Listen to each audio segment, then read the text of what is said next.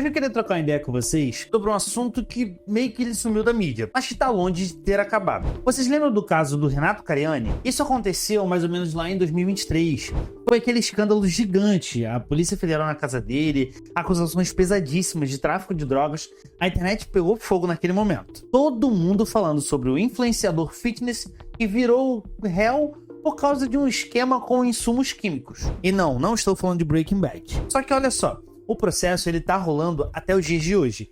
E o cara, ele ainda é réu, ainda responde na justiça. E curiosamente, pouco se fala sobre isso. Vocês já perceberam também? E parece que todo mundo esqueceu sobre esse caso. E sabe o que mais me chamou a atenção até então? O cara não só continua ativo nas redes sociais, como até mesmo ele tá mostrando interesse por uma candidatura política que pode ocorrer ali como deputado federal em 2026. E isso não é uma loucura. Então hoje eu trouxe um pouco para vocês aqui sobre todas essas atualizações que ninguém tá falando. O que rolou desde aquele dezembro fatídico de 2023, o que a Polícia Federal descobriu depois e principalmente onde é que a coisa está até hoje. Então se liga nesse vídeo porque a história tá longe de ter acabado. Vou dar uma pausa rápida aqui para vocês. Quero pedir desculpa para vocês aí, no último vídeo o cabeçudo aqui, ao invés de captar o áudio do microfone, eu deixei captando o áudio do celular.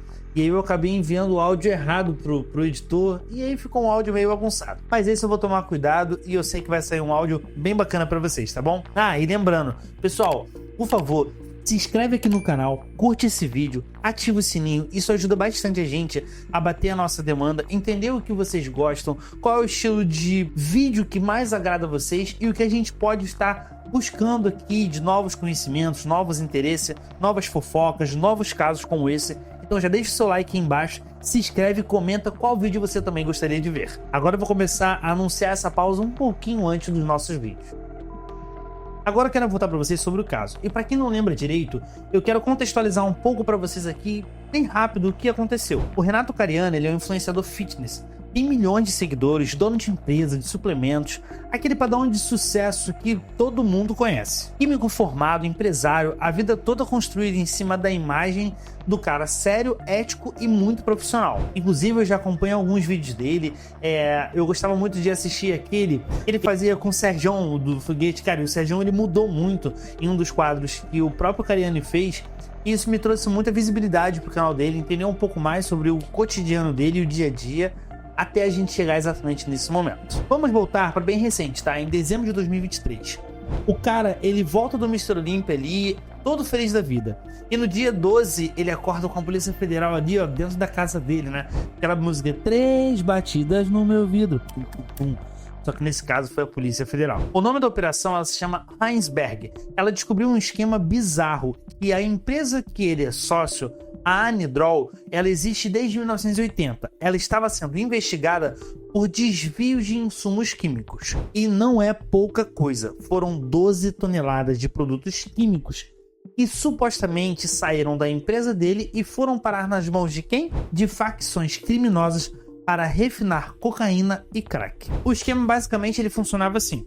Eles emitiam notas fiscais falsas, fingindo que estavam vendendo esses produtos para empresas grandes e respeitáveis. Foram pelo menos 60 notas fiscais fraudulentas entre 2014 e 2020. E é aí que vem a parte mais absurda de toda essa história. Uma dessas empresas era a AstraZeneca, aquela farmacêutica gigante. Só que quando a AstraZeneca ela soube, eles falaram assim, gente, a gente nunca comprou nada dessa empresa. E ainda por cima denunciaram o esquema também em 2019. Agora imaginem só a situação.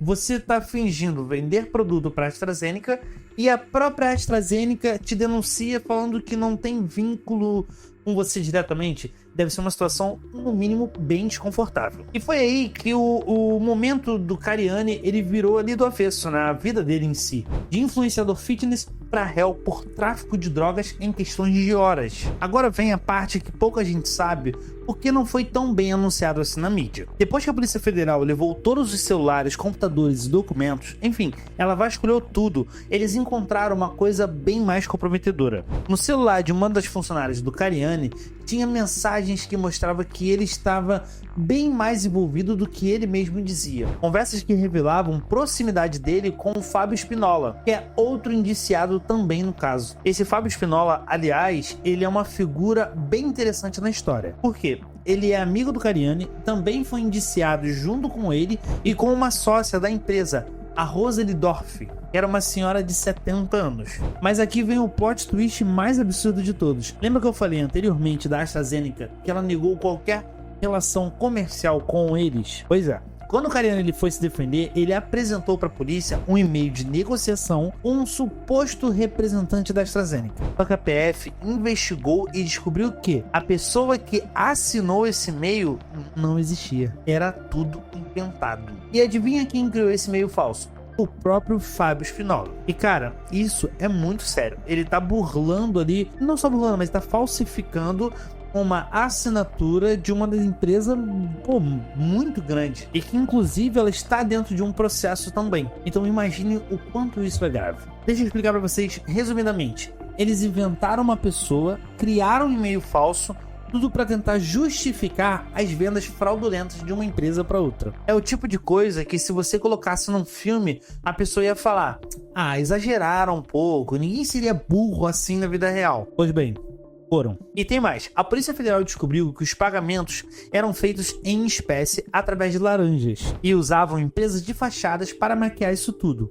Um esquema muito bem elaborado que rolou por 6 anos. E o que mais me impressiona é que mesmo com todas essas evidências, o próprio Cariani continua se defendendo abertamente de que ele é uma vítima. E olha, ele não tá preso, ele tá respondendo tudo isso em liberdade. Inclusive, teve até uma reviravolta interessante lá em abril de 2024.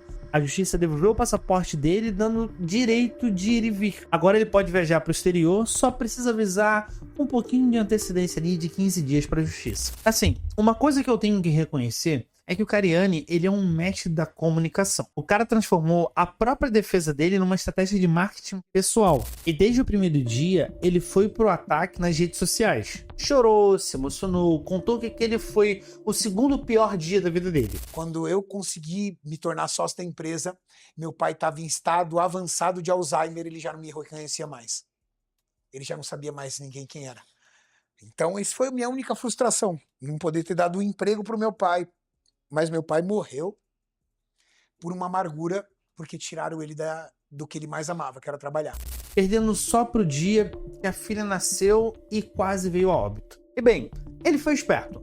Em vez de ficar quieto esperando justiça, ele meio que foi bater ponto a ponto na internet, como ele mesmo fala. Antes do meu depoimento, eu fui a público, esclareci tudo aquilo que a imprensa estava veiculando, antes de fazer o meu depoimento, porque eu tinha certeza da minha idoneidade, minha sócia tinha certeza da nossa idoneidade, da integridade da empresa. Ele explicou cada acusação, mostrou documentos, trouxe a narrativa da injustiça pro lado dele. E a estratégia, ela foi genial. Do ponto de vista de comunicação, e se vitimizar, atacar a imprensa dizendo que era sensacionalista e manter também base de fãs do lado dele. Isso trouxe muito mais legalidade para o que ele falava. E acreditem, funcionou. Até hoje tem gente defendendo ele cegamente, falando que é perseguição, que a mídia exagerou e por aí vai. Mas a cereja do bolo veio agora em 2025. O cara tá articulando uma candidatura a deputado federal pelo Progressistas. Em abril deste ano, ele se reuniu com o Ciro Nogueira, presidente do PP, para discutir a candidatura para 2026. E o partido tá bem animado com a ideia, falando que ele tem potencial de comunicação e bastante alcance nas redes sociais. Só que eu fiz um vídeo recentemente também sobre um cara lá de Sorocaba que também ele era muito bom em comunicação e nas redes sociais. E no fim, também está sendo investigado pela Polícia Federal. Mas esse é um outro vídeo, tá? Postei uns dias atrás, se quiser pode dar uma olhada. Agora pensa comigo, um cara que ele é réu por tráfico de drogas está sendo cortejado por um partido político grande porque ele é muito bom em se comunicar e tem muitos seguidores no Instagram. Faz sentido? Isso é surreal, mas a realidade que a gente vive, isso acaba sendo muito natural. O cara conseguiu transformar um escândalo criminal numa plataforma política. Então, resumindo para vocês, Como é que estão as coisas até agora em maio de 2025? Primeiro, Renato Cariani, ele continua sendo réu. O processo está rolando, ele responde por tráfico de drogas e associação para o tráfico e lavagem de dinheiro. Isso não teve julgamento ainda. Segundo, ele está livre, ele pode viajar, pode trabalhar, pode fazer tudo normalmente. A única obrigação que ele precisa ter é avisar a justiça quando ele for sair do país. E em terceiro, a empresa Anidrol continua funcionando normalmente e, segundo ele, continua crescendo e operando sem problemas. Quarto, ele mantém milhões de seguidores, continua produzindo conteúdo e agora está se preparando para ser candidato a deputado federal. Quinto, a mídia meio que ela esqueceu do caso. Não se fala mais sobre isso, como se o processo ele tivesse sumido ali talvez. Mas olha, o cara ele ainda é réu, e isso é o que me assusta muito. O processo ele ainda tá rolando, as acusações continuam as mesmas, as evidências continuam lá e parece que as pessoas estão negligenciando os fatos. A diferença é que agora ele conseguiu controlar a narrativa e transformar tudo isso numa história de superação e injustiça. Pessoal, esse caso ele me faz pensar em diferentes coisas, tá? O primeiro é que como é fácil para quem tem muitos seguidores controlar a narrativa e fazer o público esquecer das acusações sérias. Isso a gente também viu num vídeo recentemente que eu acabei de fazer sobre a CPI das bets também. Fala muito sobre isso. E segundo, como a nossa memória ela é curta. Um ano depois, parece que todo mundo esqueceu que o cara responde por tráfico de drogas. Nada contra o Cariani, tá? Eu gosto muito da pessoa, do profissional. Mas assim, ele é um acusado e por uma acusação muito séria. É como assim, não dá pra comparar, tá? Também eu acho que já tô exagerando um pouquinho. Mas imagina o Pablo Escobar, ele entrando pra presidência. Foi a mesma coisa que o Pablo Escobar tentou fazer lá na Colômbia e deu errado. Mas será que agora, talvez no Brasil, que a gente tem Tiririca no poder, a gente tem escândalo de bet, sendo ali meio que virando um circo. Então, parece que tem espaço para todo tipo de gente na Câmara. E olha, eu não tô aqui para julgar também se ele é culpado ou inocente. Isso é com justiça.